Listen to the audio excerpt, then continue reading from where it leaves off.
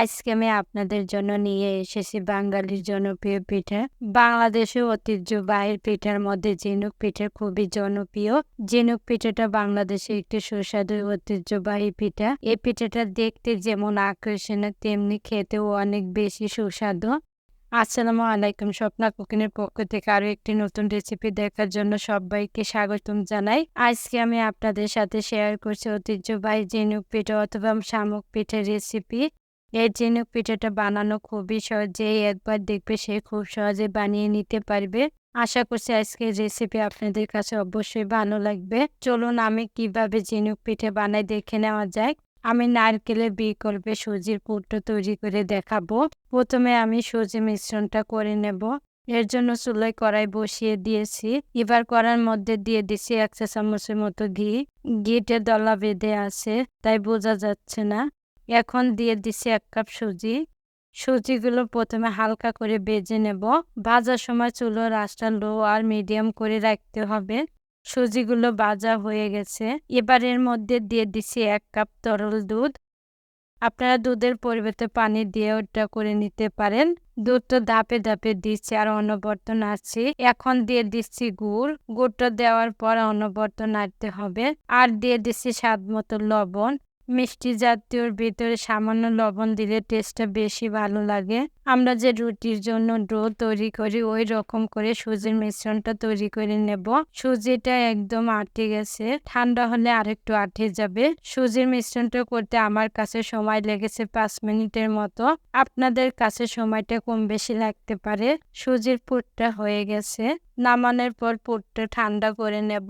সুজির পুরটা নামানোর পর আরেকটু আটে গেছে। পুরটা ঠান্ডা হয়ে গেছে। এবার আমি এখান থেকে অল্প একটু মিশ্রণ নিয়ে গোল শেপ দিয়ে নেব। তৈরি হয়ে গেল সুজির পুরটা। এভাবে করে বাকিগুলো পুর বানিয়ে নেব। পুর বানিয়ে নিয়েছি। এর জন্য ডোটা তৈরি করে নেব। দিয়ে দিছি 1.5 কাপ পানি। কম বেশি করে দিয়ে দিবেন। দিয়ে দিছি স্বাদ মতো লবণ, ঘি।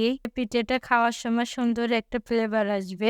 ফুড কালার রং চাইলে নাও দিতে পারেন। এবার পানিতে ভালোভাবে ফুট উঠে নেব। পানিটা ভালোভাবে ফুট উঠে নিয়েছি। এবার দিয়ে দিচ্ছি শুকনো চালের গুঁড়োটা। আপনারা চাইলে চালের গুঁড়োর পরিবর্তে ময়দা দিয়েও করে নিতে পারেন। অল্প করে দিয়ে দিচ্ছি আর অনবরত নাড়ছি। নাড়াচাড়া করলে এর ভিতরে কোনো দলাভাব থাকবে না। আমরা যে রুটি বেলার জন্য ডো তৈরি করি ওই রকম করে এটা ডোটা তৈরি করে নেব। এখন চুলাটা বন্ধ করে দিয়ে দিচ্ছি আর চুলার উপর ঢাকনা দিয়ে ঢেকে রেখে দিচ্ছি 5 মিনিটের মতো। 5 মিনিট পর ফিরে আসলাম। ঢাকনাটা তুলে নিচ্ছি। এবার চুলাই থেকে নামিয়ে নিচ্ছি ডোটা। ডোটা ঠান্ডা হলে মুঠে নেব, কিন্তু অতিরিক্ত ঠান্ডা করা যাবে না। ডোটা ঠান্ডা হয়ে গেছে। এবার আমি মুঠে নিচ্ছি। বেশি গরম থাকা অবস্থাতে মুঠে নিতে আপনাদের কষ্ট হবে। ডোটা ভালোভাবে মুঠে নিতে হবে। আপনাদের কাছে আমার অনুরোধ থাকবে ভিডিওটি স্কিপ না করে সম্পূর্ণটা দেখার চেষ্টা করবেন। ডোটা মুঠে নেওয়া হয়ে গেছে।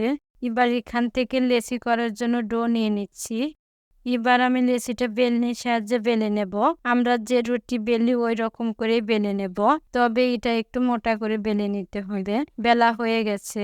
এখন গ্লাস দিয়ে গোল গোল শেপ দিয়ে নেব। আপনারা গ্লাসের পরিবর্তে সাজ দিয়েও শেপ দিয়ে নিতে পারেন। 4টে গোল শেপ দিয়ে নিয়েছি।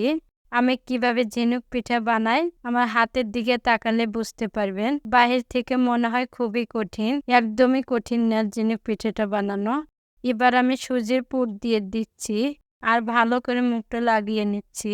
যারা আমার চ্যানেলটি নতুন দেখছেন তারা অবশ্যই একটা লাইক দিয়ে সাবস্ক্রাইব করে আমার পাশে থাকবেন আর পাশে থাকা বেল বাটনে ক্লিক করবেন।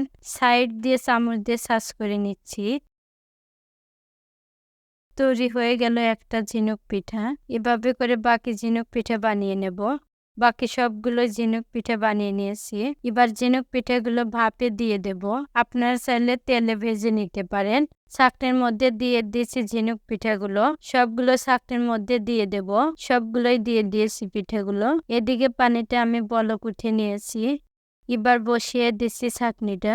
এখন ঢাকনা দিয়ে ঢেকে দিচ্ছি 15 মিনিটের মতো। 15 মিনিটের মধ্যে সেদ্ধ হয়ে যাবে। 15 মিনিট পর ফিরে আসলাম। আমি হাত দিয়ে চেক করে নিচ্ছি, হাতে লেগে ধরছে না, তার মানে ঝিনুক পিঠাগুলো ভাপ হয়ে গেছে। চুলাই থেকে নামিয়ে নিচ্ছি। পিঠাগুলো পরিবেশন করে দেখাচ্ছি। অনেক সুন্দর ভাপ হয়েছে পিঠাগুলো। আমার এই রেসিপিটা ফলো করে আপনারা বাসায় খুব সহজে তৈরি করে নিতে পারবেন ঐতিহ্যবাহী সুস্বাদু ঝিনুক পিঠা, যা আপনার পরিবার মন জয় করতে পারবে। এই পিঠা একটা ভেঙে দেখাচ্ছি, ভিতরে একদমই সুজির পুর ভরা, খেতেও অসাধারণ লাগছে। আশা করছি আজকের রেসিপি আপনাদের কাছে অবশ্যই ভালো লেগেছে। আর যারা অলরেডি সাবস্ক্রাইব করে দিয়েছেন তাদেরকে জানাই অসংখ্য ধন্যবাদ। আল্লাহ হাফেজ।